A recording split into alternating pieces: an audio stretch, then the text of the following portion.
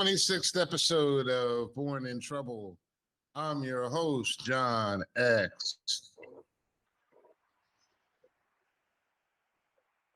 Bringing you the greatest in man. Well, what just dropped? Anyway, just like a man, I dropped the ball right away. Bringing you the best in black man conversation and entertainment. With your boy, Mr. Brooks, with the good looks from New Jersey, Pennsylvania, Robert Brooks. Hello, John. Hello, Grant. Hello, Robert. What's going on, brother? Hola. Hola. Good evening. Good evening, my brothers. And of course, fresh off of a trip from Long Island where he had the best turkey that was made this Thanksgiving. That's right. The best turkey that was made this Thanksgiving. The Citywing King, owner and home from Detroit, Michigan, home of City Wings. 2896 West Grand Boulevard, Detroit, Michigan. Come down and get you some. Not turkey, but wings. Just a great wing tester. What up, though? What up, How you living? You know, it was good seeing you this Thanksgiving, Grant, man. Yes, sir. Yes, sir. It was long overdue. Long overdue. You know? Yeah, it was nice, you know. Thanksgiving's the day if everyone knows what that day it represents. The day that they came and they killed all the Indians with smallpox and stole all their turkeys and ate them. Mm-hmm. And so we have a tradition of getting together and having turkeys. And of course, on that day is when you send out your text messages to your friends and family, let them know how everybody's doing and wish them happy Thanksgiving. And all my text messages were good except for the one that came from Rob, who not only said that I couldn't make a turkey, but said that I didn't cook my turkey and said I was trying to take credit for someone else making my turkey. Rob, what do you have to say about that? I stand by my words. Just fuck it. You know, you ain't above it. You ain't above it. You got it. You know, and that's why this show is. There's a very good chance that at some point somewhere in the past that you fucked for food. Well, I mean, come on, bro. Wow. Listen, wow. Man. Look at this panel. Look at this panel, bro. Everybody on this panel, it's pretty safe to say, has fucked for food. Okay? Don't give me that shit. Grant and I, like, you know, when we were 17, 18 years old, we were at school, we were hungry freshmen. What did we do? That was college life. That was college life. You fuck for food. Rob, I know you was broke, bro. And I met your girl. I was broke. I'm not going to shout her out. I'm not going to shout her out because she deserves better. Because she was a great cook. A great cook. And you, Robert, were fucking for food. Don't give me that shit. See, this is why I'm always on about Rob, because Rob is the problem with the world. Everybody says one thing and they want to do another thing. You know, like Rob, that was a great quote that we put out there as a snippet last week about everybody wanting to be a dad, mom, a girl dad until it's time to be a girl dad. Well, everybody wants to accuse you of fucking for food until they've also been caught fucking for food. So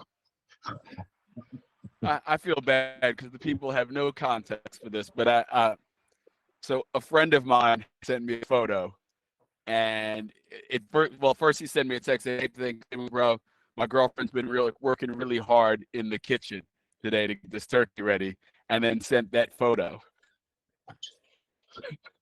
of this probably 70-something-year-old white woman taking a bird out of the oven, buck naked. You're just wrong. So later on in the afternoon, when John bragged about the bird that he had made, I said, just, you know, credit the true author of that bird and sent that photo along. And as you can tell, it got a little under his skin there. A little under his skin. Yeah, he was a little offended. The only thing that was getting under my skin, or actually my turkey skin on Thanksgiving, was the flavors. The flavors, bro. The flavors. That like the vapors? I did it. No, it's not like the vapors. It's like the flavors, bro. It's like the flavors. But listen, like, that holiday is it's definitely doesn't mean what we thought it always meant when we were kids. And we've grown up to a different appreciation of the holiday now. At least I have, where it's more about spending time with your family and things that go along with that. Reconnecting if you can reconnect, or maybe just ghosting people if that's how you want to let them know that you feel about them on that day and everything. Hey, listen, we got to cover everybody that listens to the show, all the possibilities. So, I had a good one, and we move on. The only person I don't think who probably had a bad Thanksgiving, I'm not sure he had a bad Thanksgiving, is Puff.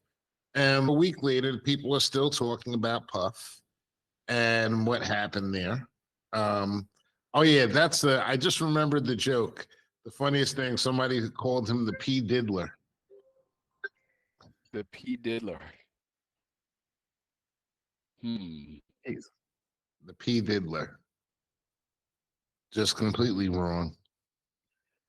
Completely wrong. But while we were all distracted by that, we were talking about what was going on in the world. And honestly, most of these people who are in these situations of power, they have insurance, lawsuit insurance. You think something like that is going to kick in for Puff in this situation to help pay that off? That would be a no. That would be a no. Insurance. That would be a no.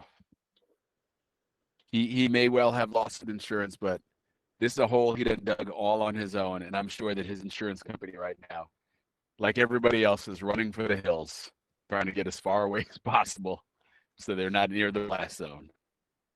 Yeah, apparently they made him. He resigned from Revolt. Yeah. Today, and I thought that was interesting because he had made an announcement a couple of days ago that he's got a network where he's going to go out and he's going to fight these allegations on that network. And I guess the financial backers said, "Oh, I don't think you're going to." No, you're not going to do that, Holmes. That's not what this is about. This isn't Truth Social. You're not gonna sit here and wage war against the American people.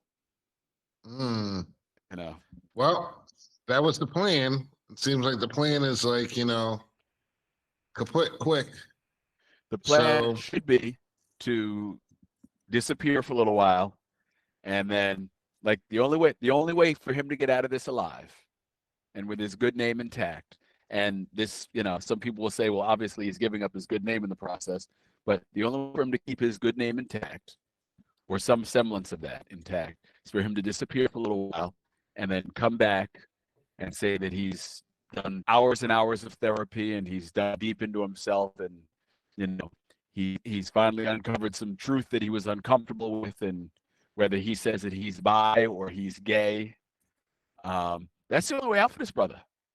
That's the only way he gets out of this. Like anything else is going to come up sounding like BS, and he's going to get skinned for it. Well, the way I look at it, it's like, it's still, who cares?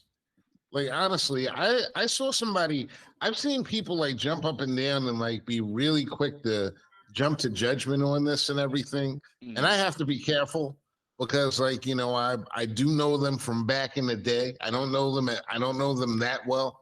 So people might say like, oh, you're just trying to cover something up. No, the butt's still a virgin. Just in case you're wondering, nothing like that has ever transpired in my booty hole or around it or whatever. I've never slept with any of Puff's girlfriends or any of that other stuff. Nobody, it's like it's ridiculous. But to me, what has been interesting is the amount of people that are overjoyed at his downfall. Why do you think that is? Right or wrong? He was not humble in his success. Like he was anything but humble in his success. And at times he was downright arrogant about it. And so I think that, when people with that attitude have a fall, there's lots of people around who have been, probably counting the days hoping for an event like this. I don't think that they thought they were going to get this big a gift, but they're hoping. Like, there was nothing humble about that dude when he was on top. Right. But this is the natural condition of us, though. So just to give an example, there was a poll. If you had a choice of two jobs, one job paid 100 grand, and everybody else made 200. One job paid 50 grand, everybody else made 25. More than half the people took the 50 grand because they wanted to be, they just want to see somebody doing worse than them. And Puff has been doing better than everybody for a long time. For a very long time. Natural, that kind of just natural disdain for somebody, not that you dislike them, but you just want to see him get knocked down a peg, or two, or 1,000 in this case. Yeah, or 1,000. Yeah. So, yeah, I think that's what that's all about more than anything. I mean, because Puff, if you haven't had any interaction with Puff, you don't have anything against him necessarily, other than the fact that he's an arrogant dude. You shouldn't. Yeah, he is. We've all seen that at different times, but look, it just strikes me as just weird that so many people root for the downfall of others today more than we actually root for the uplifting of people and the uplifting of our own. You think that's a recent phenomenon, or you think that's been going on throughout? I think that misery loves company. And I think that what we're experiencing right now, and it was something that we saw over the past 4 years with, even before that, when Donald Trump became president, a lot of that was because people perceived that minorities or certain minorities were doing better than them. It didn't have to be all of them. All it had to be is be one. The one guy that you saw walking down the street and everything, and that's enough to set them off. Then, oh my God, they're everywhere and everything. Could just be the one guy at the fair going to get the thing, but it's like, oh my God, now everybody's doing it. I think it's been more and more people have been suffering and struggling, and they've been very quiet about it, and I think it's all coming to a head right now. I was watching something on TikTok today, and it was another woman that was talking about how hard it is for her to give groceries or pay for groceries for her family right now, and how every month, how she's not going down all at once, but it's a slow drip of water on a rock. And she was asking if other people were experiencing that, if other people were actually experiencing that type of lifestyle right now. And the numbers would tell you that, yes, more people are, but we are not seeing them come out and admit it, because we live in the social media era where everyone has to be living their best life. So the opposite of that is keeping everything a secret. And before you can fix a problem, you have to do what first? Identify it. Identify it, right. Identify it, discuss it in detail. People are not willing to discuss their pain. They're only willing to discuss other people's pain. And what's one of the primary rules of the society, though? We don't discuss money. It's considered rude to discuss money. And so that creates a culture of secrecy. Like, you're not supposed to know what the person next to you has, and they're not, So nobody's going to talk about money, and then especially nobody's going to talk about them being busted, even though, you know where you live, you know what the housing stock is like, what people have generally. Just looking around your neighborhood, you know what people got or don't have. Right. But nobody's gonna cop to it, though. Is a population in peril that's incapable of asking for help? Absolutely. Trump don't want the help. Trump don't get the help. Squeaky wheel gets the grease, right? So while we're true. going, so while we're going through this distraction of what's going on in Puffy's bedroom for years and years and years ago, they go ahead and they snuck that. What was that you were talking about, Grant? The The voting rights thing. yeah, the voting rights bill. I had it. I can't remember exactly what it was. I think it was. The circuit court ruled that only the federal government can sue about certain elements of it. There you go. Yeah, And so if you get, that's it. say that you get a Republican government, you know, they may decide that they're not going to take up that cause. And so, you know, the Republicans can go and gerrymander their way to more seats in the House and, you know, keep us from being represented. We're already not represented. So what's the difference? Well, the difference is in how they can apply the dollars even more so. The difference is that they're then empowered to go and create even more divisions and more ways to keep us, you know, to make us even less empowered. There was an argument the other day online about democracy and what type of democracy we actually live in. And someone was talking about capitalism and saying that the people that hate capitalism the most, this was on Friday, are the ones that are out shopping right now. And my whole thing was that, you know, communists want to get deals too. They want to save money too. Everybody wants to, you know, that's like a ridiculous thing to think about. Just because you feel a certain way, you aren't going to, you'd rather spend all of your money. That's just like, it's stupid. It's counter to self-preservation per se. Okay. But the point of it being is that in this type of democracy in which we live, we're watching like, you know, we're actually watching the culmination of like 100-year plan.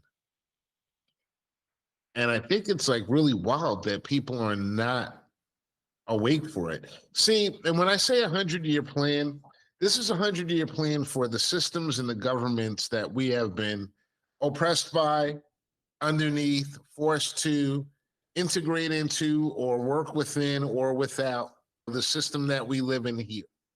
Okay, it's got nothing to do with Black people, quote unquote, per se, because we're not the architects of this, unless you want to include who's that guy, J.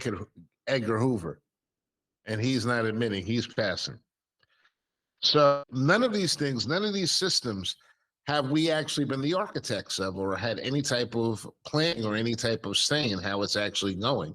And when we look at this, what's going on in Israel, this is exactly what they did in Africa. It's what they did in other countries. I guess nobody just wants Iraq. Nobody might not, seems like nobody wants Iraq. The only thing they want from Iraq is the oil, or else they would have taken that land over as well. It's very easy. They bombed the shit out of it, took all the power away from those people. And the messaging is such that you can't discuss it. And anyone who discusses anything about that's going on that shows the structure of what's actually going on automatically gets X'd. I saw something online the other day. I went into a rabbit hole and I was looking for a group in regards to what I just discussed about what type of democracy we have. And there was a group and this group, it was, you had to be invited to the group or you had to make a request to join the group. And the sole purpose of the group was to point out people online on Facebook who have a quote unquote distorted point of view of what democracy and a free market is, because they identify one or two things that doesn't fit in the definition, and therefore they're distorting the way that people are perceiving democracy. And that whole group was about reporting those people. These are the types of fascist organizations that have sprung up all around the internet on all these different platforms to stop people from having conversations. All I want to do is have a conversation about shit. We're not allowed to talk about this. No, you can't talk because somebody's I going to don't feel know. some kind of way. They're You're going not to allowed shut to it. make you're not allowed to make people feel some kind of way. People are going to feel uncomfortable. They're going to feel like you're Well, shaming them, you guilting them, whatever the thing is. I mean, isn't most of our entire lives discomfort? The reason why I say it's 100-year plan, it's like when you sit there and you watch these videos online and they have these Zionists that were talking in 1920 about taking over a land and giving it to these people and what the culmination of the plan would be and what it would mean for the rest of the world. And then it actually has come true in like 2023. It's like, whoa, you know, and we plan for what's going on Friday night. These motherfuckers been going generation. That's peepaw, grandpa, son, and Mhm. now the other one, like carrying that over and carrying that through. You know, that's. I mean, it's not really a question. It's not really a question. It's more of a statement. I'm watching Leora Cohen the other day on the morning show discuss rap music and discuss. And Charlamagne the God asked him, "Why do you only just put gangster rappers out there?" And he point blank goes, "Well, because I have people to feed. I've got mouths to feed. That was very weak sauce by Leora Cohen. I've got mouths to feed." Isn't that the justification for every evil done in the world? Well, I mean, it can be used as the justification for every evil in the world, and many people have used it, but it's not a good one. You know, you had mouths to feed, so you put other lives in jeopardy. That's pretty much that's selfish shit. That's pretty much the world. It's choose your tribe. Yeah, there's a selfishness that has the whole kind of community think has gone away from us. We no longer consider the community. We consider our immediate first, Right. where it used to be for the greater good. Now the greater good doesn't mean anything anymore. The greater good only means what's good for your particular group. If it's Latinos, if it's a lot of times it's even more narrowly focused than that. A lot of times it's my pockets. You know, my pockets, my people's pockets, and my people are the people I can reach out and touch. They're not talking about a global, Latinos. They're not talking about the Black community. We're talking about the 6 motherfuckers who live in this house right here and the 2 above us. Right. Is that wrong at this point? We go from an age of, and I saw who's that brother Umar talking about how integration, someone said something about integration and he was picking that apart. He was like, integration isn't something that they did. All they did was drop the lines of segregation and then we walked over. And that's something that we had covered before when we were talking about Alexander, when Alexander came on the show and he was discussing my family, my distant cousin family had a restaurant in the South during segregation. And when desegregation came along, the Black people didn't go and eat there anymore. They only wanted to go where they could go and eat with white people. And, that's the beginning of the breaking down. You can say the same thing about women's lib. We were talking about women's lib the other day, and it was so crazy. I saw a feminist on TikTok who said the best way, people are going to kill me for this, but the best way for a woman to be strong is with a man. Because if the man is feeding energy into me, then I can feed all my energy into the children. But if we're split off and we're on a different path and he's not there, then my energy has to go this way. And it's not the way that we're supposed to be building families. And it's not. But who's benefiting from all this?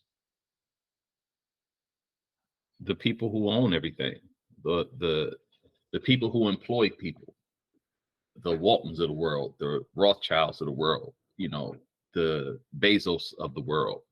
Those are the people that benefit. I mean, it's funny how all of this feminism came in when right after all the men went to war and they had to put all the women to work. That's when all the feminism came in, but the men were gone, right? So there were no men like there. Feminism is in my mind. Feminism is just kind of an abstract thing, you know. Equal pay. When you start talking about equal pay, pay is equal. You know what I mean? In most cases, it's just what are you really asking for, right? If you asking for the power, that's one thing. If you asking for the money, that's something different. You know what I mean? Right. Like it just seems like it seems like it's a confused issue. Like there's a lot of things rolled up in there to make an issue into one thing. You know what I mean? Right. Well, It's I think the guys were pretty shitty to women for a lot of years, and they got out and they got to, you know, while we were all at war, while our grandfathers were at war, they got to run shit a little bit and were like, you know, this ain't bad. Like, ain't nobody slapping us around. You know, Right. we can decide what we're gonna do with our funds. But here's This the ain't thing: bad. men weren't just shitty to women. Men were shitty to other men too. Oh yeah. Right. So there's no they like women don't have a monopoly like that. When you start talking about stuff like this, you're talking about a finite number of people. You know what I mean? You're talking about, you know, 100,000 people that kind of run the country. You know what I mean? Or whatever that number happens to be. You know what I mean? The people that make the decisions, the people that own the color blue, in the words of Chris Rock. You know what I mean? Those people that make the fucking decisions, they done held everybody down. It ain't just women that's been held down, but survival just kind of demands certain shit. Big bank take little bank. Strong take from the weak. That's just kind of how it works.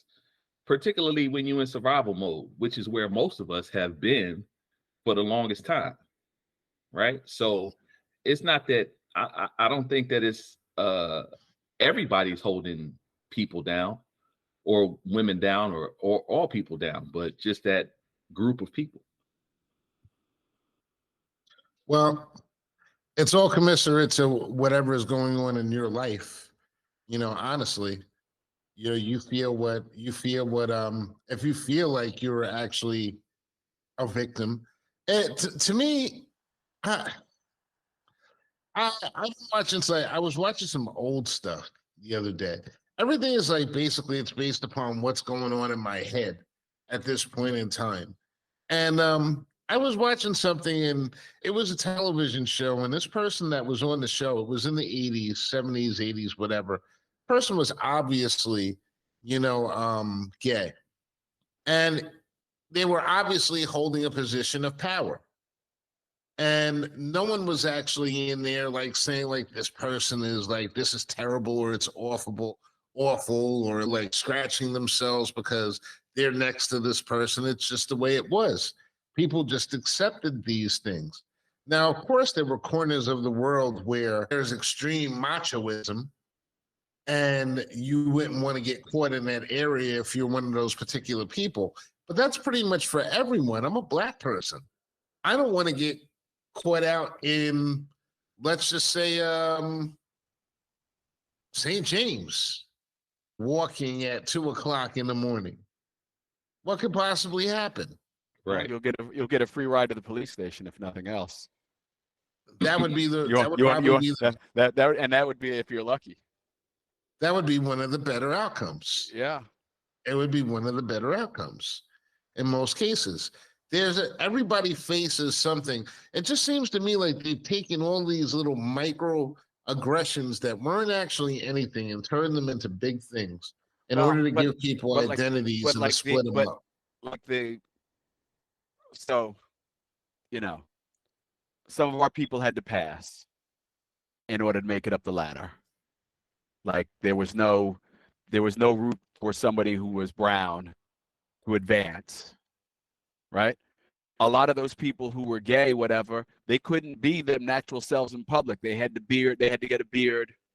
They had to. So yeah, while nobody was calling them out or saying anything, they still couldn't live their full life. They still couldn't, like, as a heterosexual, you walk around, you talk about pussy, you see a woman, blah, blah, blah. You're just doing your thing. You're living your life. But if you're a gay male, like, you got to act like you like pussy. You got to act like, when everybody's talking that shit in the gym, you got to talk that shit too. And so I don't know if that was necessarily right. Like, so yeah, they weren't outwardly calling them. So yeah, they were creating these other divisions have been created, but we were probably putting too much weight on those divisions already. Like, they were already there. Exactly. Well, you want to be a part of these worlds. This is what it entails. It entails for these people to be a little bit more misogynistic, but also you go around the corner and there's a club there, and there's another guy that's winking. It's like, hey, I see exactly what you are. And then now these guys are making deals. There's a lot of people that feel that there's a gay mafia out there in the world, and they're taking hits on people, and they're also uplifting people based upon what they feel like that person's value is to their movement and their belief system. But to me, it just seems like it doesn't really, the reason why I bring all this up, it's not to attack any one group whatsoever.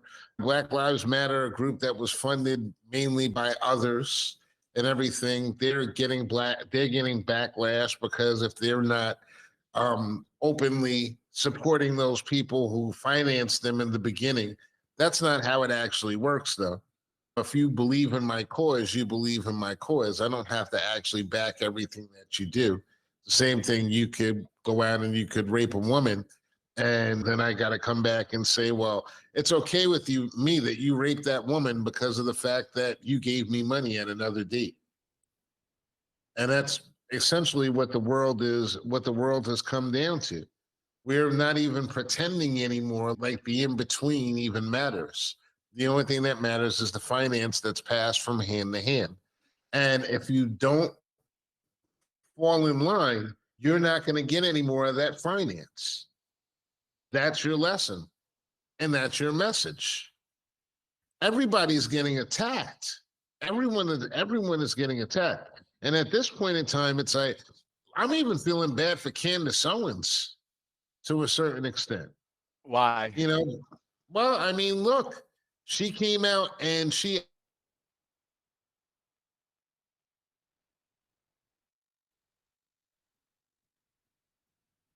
See, that's just about appropriate. My man was about to defend Candace Owens, and the thing froze. Bite your tongue, Negro. Bro. It was a conversation with a Jewish gentleman, and he was discussing how he doesn't agree with what's going on with Israel and Palestine, and how a lot of people don't agree with that. And he asked her point blank, he was like, look, you have a child. How would you feel if your child was stillborn and you put into an incubator and they came and they plowed over the hospital? It's very harsh. That thought process and that statement is a very harsh statement, but these are things that are happening that you can't discuss and everything. That's a humanitarian issue. That's nothing to do with what you back it and what you feel and what you don't feel. But if you talk about it, you're going to be punished. It's going to cost you money if you talk about it. And that to me is like a terrible thing. It's like this is all, none of this is clean and everything. I don't understand how I have a desire right now, honestly. I have a desire to cut off so many people from outside of my life just because of the fact that what this whole situation and the points of view on this situation to me are so reprehensible that I can't really justify it. I can't justify, like, even talking to these people any longer. Like, honestly speaking, you have to draw a line somewhere and everything. And that's like it's kind of where I am with certain people that feel this way. I feel this way about everybody, It's about everybody. If they were shooting Mexicans, like, crossing over over the border and everything, I would feel that way about those people that cheer that on. You know, it's just the inhumanity that we're experiencing at this point in time. And we're given Puffy to distract us from this inhumanity that's going on in the world. It's not just in Israel and Palestine. There's stuff going on in Africa. There's stuff going on in the Ukraine. There's stuff going on in South America. There's stuff going on all over the world. But all of it is coming to the same conclusion, which is little guy, little fish, big fish eat little fish. Like you said earlier, Grant, Right. big fish eat little fish. But isn't this just kind of what you're talking about when you're talking about you cutting people off or whatever? Isn't that just the natural as you age up, assuming that the maturity comes with it? You know, there's as a young person, you are less concerned about the world. As you get older, you become more concerned with the world. You have a better ability to empathize with other people.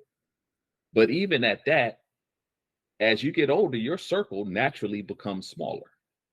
You know what I mean? You lose touch with people move on, people pass on, blah, blah, blah. Eventually, your circle just naturally becomes smaller. And well, now with Facebook. Right. Well, yeah. I mean, you know, with Facebook, we all have 2,000 friends. But Instagram. Right. But if that's just the natural progression, you know what I mean? Like I don't see anything wrong with it. You know what I mean? My circle has gotten smaller too. Well, here's the thing, like we're doing a podcast, right? And the one thing about us and everything, all of us, is that when we do things, we try to do it like, well, when I make a turkey, I try to make it the most tasty turkey that you're ever going to pass, by your tonsils. If right. If Rob was doing a production for his I remember when you were doing your jazz show, you were trying to do it the best way possible. Grant, you make the best chicken wings in the whole city of Detroit. We're going to make it good no matter what. Okay. Absolutely. And the production on the show is probably better than, the average podcast or, conversation, because of the fact that we do have some background in it. And because we have background in it, we're going to naturally make a show that's naturally a little bit better. And the next step is always, where do you want to take it from here? Do you want to make it a bigger thing or do you not want to make it? But if you try to make it a bigger thing, it's like the likes, trying to get likes is detrimental to your soul. It really is. In a lot of ways, that because of the ways that you have to go about doing it and the things you have to do in order to go about making yourself seem like you're popular. You have to post a lot of times during the course of the day. I'm not going to do that. Who has time to do that shit all day? You have to consistently promote your shows. You have to consistently look for topics that are controversial in order to drive your traffic. You've got to say the wildest, craziest things in order to drive your traffic. We just say I don't want to do that show. I want to do this show that we've been doing where we just come in. Y'all already crazy enough. You know what I'm saying? That's the whole beauty of this show, is that everyone that comes here, everyone that has been handpicked to be on this show, has a point of view where they come out and they express that point of view. And to me, it's just like, whether it's good or bad, we've all said things that you would go, ugh, like, at different times and everything, but that's what makes it real. That's what makes it authentic. We're not moving towards more authentic shows and interactions in the world. It seems like we're like moving towards like authenticity, and everyone else is swimming towards the sea of, what happened in 1996. To keep it, this person is finally getting their comeuppance. Saying none of the shit that's good for us aesthetically, personally, none of it's going into that pot and that pie anymore. And I just don't, I'm not here for it. I'm not. There's young people that want to tell me different things about what's going on with life that I've led. And that's what a lot of this stuff is. They say, okay, well, we're just free. We just say what the fuck we want. No, y'all just be running off at the fucking mouth. Y'all be talking about shit you have no clue about. You don't have any understanding.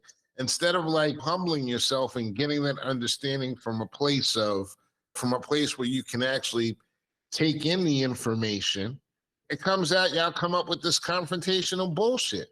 Like somebody from our generation is going to take it. Most people in our generation that are still like in shape or have their wits about them will tell you like, fuck you, and like walk away or fuck off, motherfucker. No time for your little shit. We ain't even thinking about you past the question. You know, no, I don't know what his problem was. He don't got no problem. He fucking turned around and walked away from your ass. You don't give a fuck what you're wondering about. Yeah. Nobody cares. Nobody cares, like seriously. But we are in this age where we get these dumb questions and they're never going to get the answers because they are more like Puff than we are. They don't understand that these people that they grew up watching and idolizing are caricatures. They're not meant to be emulated. But I don't get it, bro.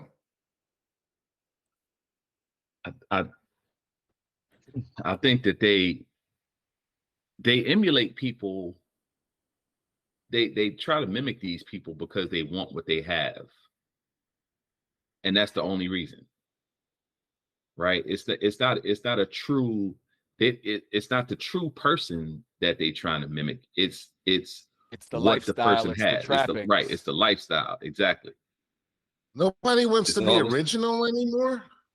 No, nobody wants to be themselves. Original is hard, man. But if you get if there's a shortcut to getting on a private jet, everybody's taking that pill. But bro, then they end up with these like these conscience problems where they say, I don't know who the fuck I am right now, and this and that, because you're not trying to be yourself. You're trying to be somebody else. I don't get it. It's like, it's like the oxymorons, dichotomies. It's just like they're all over the place. It's like almost as if you're not two sides of the same coin and everything, then you're not complete anymore. You have to actually be fucking wishy-washy. So that way everyone can see you as being wishy-washy, which makes you okay because you're just like them. But that's, going back to the 85s, like that's most people, we're all conditioned. The American education system is conditioning you to be a part in the machine. Parts in machines don't dream about becoming the machine. They just dream about an easier way of being an easier role in the machine. Right. So they're not trying to be original. They're just trying to get an easier role. They want to, who don't want to ride on a private jet? Who don't want to stay in the Four Seasons? Who don't want to go to Ritz-Carlton? Who don't want to go on a yacht? Like, who don't want to go to St. Bart's between Christmas and New Year's? Yeah, everybody wants that lifestyle. But the chances that you're going to get that, but you can get a vacation. It's just like people have all these different like weird. It's just like weird energy thoughts. This show is just going to end up me ranting for like a long period of time. I can see that now. It's going to end up. Everything. I think that's where you're right on target. Yeah. Like you're shit. Right there. I'll tell you what then. Don't stop my black ass now then. Let me just keep it moving. I saw something online this week where this chick was asking about relationships and why black men don't date or how they can date like outside of their race. And must be something with them. But here's a woman who's spending her time, instead of going out and trying to find a black man, worrying about what other people are doing in their bedrooms. That's the first thing. Then I saw something else about someone who was saying that black people who are from the suburbs they have no right to complain about everything because they've had it quote unquote easy and everything. So once they get past that point, they should have no problems whatsoever because like we've had it easy and everything. Obviously, you know what I'm saying, you've never lived that lifestyle. I've never met one person from the city who came out and moved to Long Island and everything and didn't have to make an adjustment in a way that they were thinking and moving about their shit. Part and of the, didn't part, like, part of the problem when we were growing up on Long Island is that not enough people made the adjustment. And you had all these kids who had all the freedom in the world in New York City. Like you could walk out the front door and in 5 minutes you could be on a train and you could be someplace else. And those parents worked in the city, and so those kids were left alone all day. And the motherfuckers were bored, and they wreaked havoc on the streets of towns like Brentwood, Wyandanch, Central. Right. Like trying to emulate the brothers in the projects, coming out to Long Island, and now everything became about how hard you were, how authentically street you were. Like, motherfucker, it should have been about how nice it is to have the ability to sleep in your fucking backyard if that's what you choose to do. And, and that's cool. And I understand that about wanting to appear to be a certain way, but it just struck me that when people talk about you've never gangbanged, you've never done this and that and this, it's like these motherfuckers are like really making an issue about Black people who have not actively hated on other Black people. Like, what the fuck? What the fuck are you talking about? Because I don't want to kill a Black person on sight, I'm fucking weak. That's the opposite of weakness, B. That's stupid. That's stupid and weak. You're cutting your numbers in fucking half. Like, who thinks that this is logical? Like, that's really my fucking question. Who thinks that shit is logical? I thought about that for a second. I was like, wait a minute. These niggas is actually like fucking celebrating killing other niggas for no reason and saying that if you don't do that, you can't be down with us. You're not gonna go on to the next level of Black greatness and everything, where they have fucking what? Firefights at fucking noon? Like, what the fuck are you talking about? What do you want? Like, seriously, what type of life do you want? What type of existence do you want? What type of things are you fucking actually like, it can't be the two things. The two things can't go together. And I'm telling you this as a 50-something-year-old man who has like lived in the fucking ghettos and lived in the fucking like white neighborhoods as well and everything, with no money and everything, and with money, and done whatever the fuck it is. I just want to know, what the fuck is it that you want? You know what I'm saying? From other people, for you to stop hating them. And then the answer just came to me. It's like, it's not something that they want. It's the fucking mirror. It's the mirror. Motherfuckers hate themselves. Yes, sir. Now you're onto something. You've been conditioned to hate yourself. That's the thing. You know what I mean? There is no musically, right? There are no KRS-Ones out there anymore. No Public Enemies. I mean, every now and then somebody will drop a jewel in terms of something like pro-Black kind of deal. But I mean, we had like Poor Righteous Teachers, you know what I'm saying? I mean, you had Rakim, all of these dudes that was making music that was designed to lift us up, or at least attempt to in their own way to lift us up. Everything now is designed to tear us down. Well, Leo Collins says that his family would be like starving if he would have put more of those artists out today, if he would have pushed that. And, that's the biggest bunch of bullshit, because, to provide context for that period of time, those artists were selling, and they just didn't like those messages that were going out there. They couldn't control those messages. It's not as if they were less money. And those budgets, when you know people in the business, you hear what happens with the budgets. When all of a sudden this artist, their budget goes from 100,000 to 25,000 over the stroke of a pen. Mm-hmm. So don't give me that bullshit. You know, my problem is that we didn't used to just like take that shit standing down. We go and we throw speakers out on the streets and have a block party and work it out amongst ourselves and still figure out a way to get finance. Now, the only way to get that finance is through these motherfuckers. Because, like, you know, I don't know if it's their fault. I don't know if it's our fault for not teaching our kids better. Well, see, now you don't even need their financing because there are so many outlets to get out. Like, you know, once upon a time, if you wanted to make a record, well, shit, the mixing board alone was $500,000. The console alone was $500,000. You needed somebody who had access to that kind of capital. Now, you can mix a song on your phone on GarageBand, man. You know, the thing that you carrying around in your pocket every day will allow you to make a record, and you can distribute it on your own. Now, it's not hugely profitable, and nobody's going to give you an advance. Nobody's going to write you a check and say thank you, and we'll figure out the rest later with you getting the short end of the stick. But, you know, It's easier now than ever to get out. But we've already been so conditioned that this is what the people want. Well, we've already discussed like what the trick is. Like, you can get out and you can make a record. You can make an album that sells like 400 million, has 400 million sales digitally, and make about $2,000 on it. And you still got to get out there and you've got to tour in order to make your money. And the other side of that is, beyond touring, is that the other way you make money is through commercial advertisements and promotions.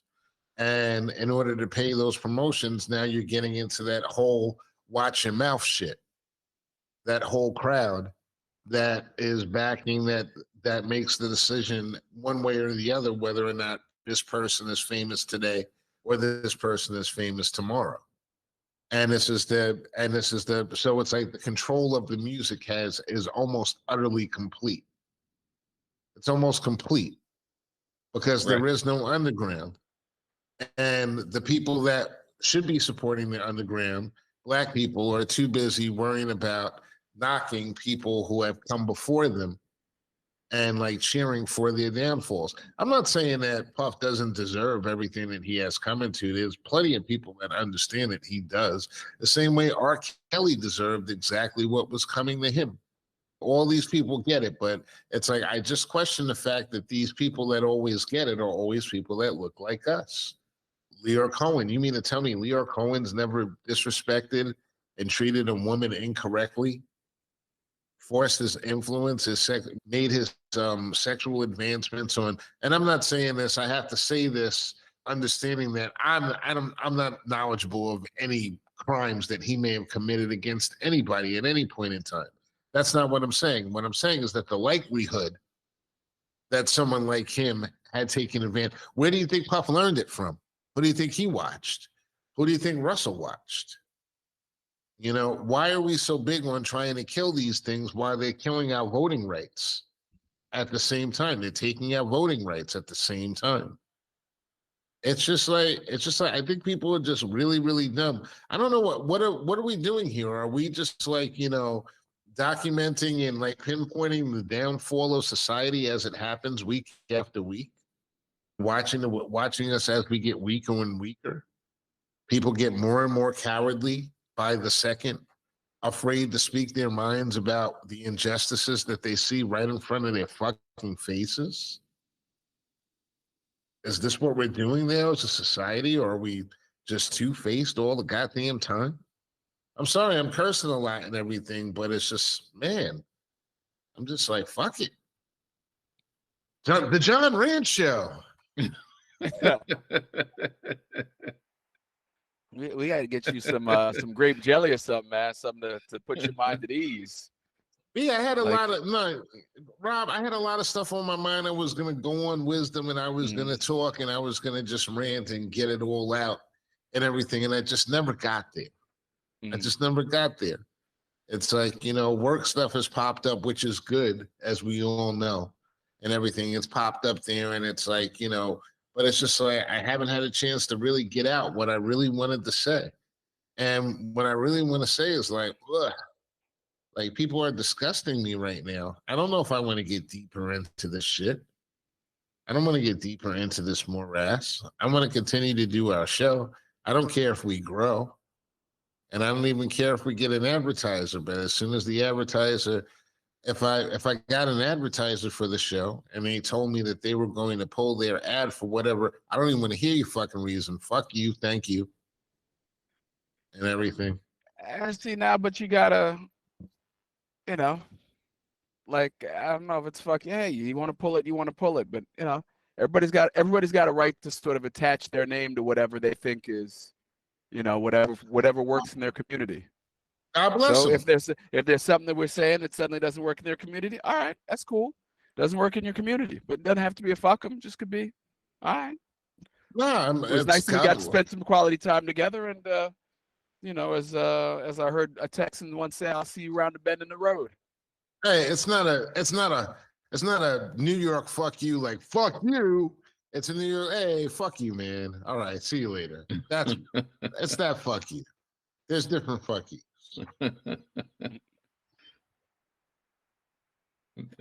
The nuances of fuck you. Well, you know, in New York, that's a thing. Right. It There are 90 different fuck yous in New York. We all know it. We could go through them right now if we had to, but we won't, because guess what? What the We're fuck? coming to an end. What the fuck? Right, Fuck. exactly. What the fuck? Fucking A. Like fucking A. Like fucking A. Fucking A. Fucking A. Fucking A. Like an hour already? Fucking A. Hey, there's many different ways. You know, it's the dichotomy of the fuck. Ah. The word. So from New Jersey. Before I tell everybody like good night and everything, big shout out to Reggie Reg. Reg. Yes, sir. What up, what?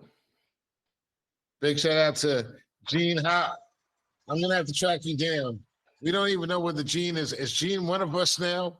Is Gene still one of us? What can I just have to You know, call he's him probably out. cleaning up after the holiday, man. You know, Gene, he got lots of family and stuff. Yeah. You know, I gotta always mess with Gene. It's because I miss you, bro. He's got a wife he's got to keep some peace with. Yeah. I miss you, big homie. Gene Hopkins. I wonder if he did a vegan Thanksgiving. I know he ate something the other day at his sister-in-law's house that didn't agree with him. He's been losing. Yeah, he said. Yeah, he said something that's wrong. Yo, if you've gone a while without dairy and you reintroduce it into your system and you are lactose intolerant, like most of us are, whoo, that is an unpleasant evening right there. Well, bro, I'm gonna go eat me some casserole, and it's got some cheese. You do that, homie. I had some lasagna earlier. I had the rest of my lasagna earlier. I finished my lasagna this afternoon or this evening. Hey, I'm gonna get close to where you guys are. You know, one of the only things I did move out of my unit was my little workout stuff. I got my bench and my weights behind me there, and I got my bike in the other room. I'm just making the space for it right now. You know, Gene's under $2 bills now. Gene's under $2 bills. I don't know if I catch him. You have to start running. He can have that. He can have under $2 bills. I don't want to get to under $2 bills. I would like to. Ideally, for me, I'd like to get between like 215 and 220. Like that was like my favorite weight in my life when I was like 217. You know, I would love to see if I can get back down there again. But it's been a number of years, you know, and I'm not fat, just thick, mostly muscle. Shut up, Rob. Anyway, I'm just, you know, I'm pretty sure I heard someone on the subway the other day saying exactly the same thing. She ain't fat, she thick. But I'm pretty sure that, you know, an Eskimo walking along the shore with a spear in his hand might have took a shot. taking a shot. I've been peeling some of that fat back. Yeah, that's not me, Rob. You know that. I am a fit dude, but But I you guess said I you would could eat lose whale some weight. blubber. Oh, From- she's gonna eat whale. She's gonna eat blubber as soon as I free Willie.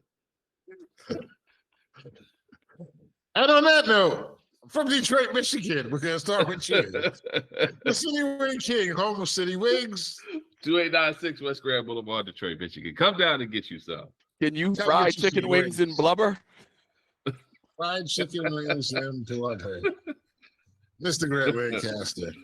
And across from New Jersey, home of New Jersey, Of lots of delicious vegan treats.